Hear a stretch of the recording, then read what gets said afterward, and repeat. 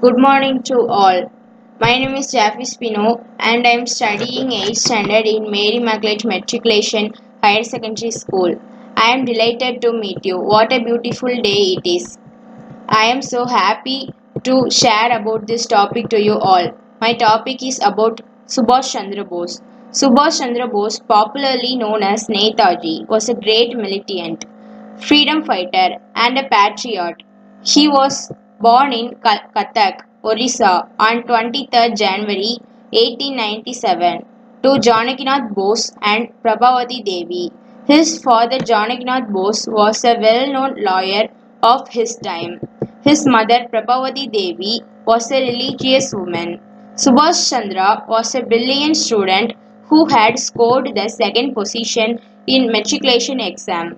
At an early age, he started reading about Swami Vivekananda and Ramakrishna and was influenced by their teachings. Bose completed his BA Hons in philosophy in 1918 from the University of Calcutta.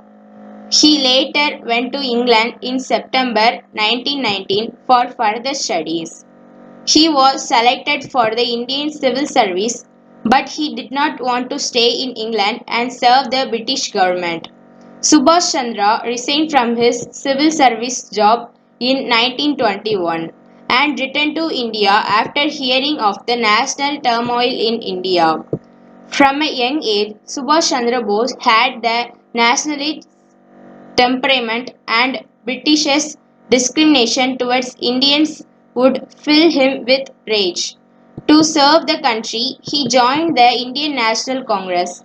Bose joined the non-cooperation movement started by Gandhi. Under his influence, Bose was a revolutionary freedom fighter who was known to have founded the Azad Hind Army or Indian National Army.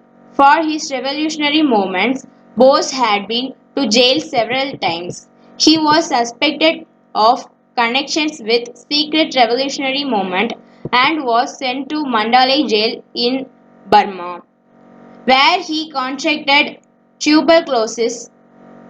Who Bose was elected the president of Congress Party and worked along with Jawaharlal Nehru, another great political leader.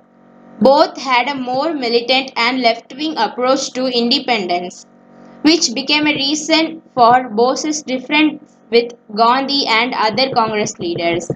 Bose's selfless contribution to India's independence movement and organizing and leading the Indian National Army is indispensable. His struggle of independence was highlighted during the civil disobedience movement for which he had ever been arrested.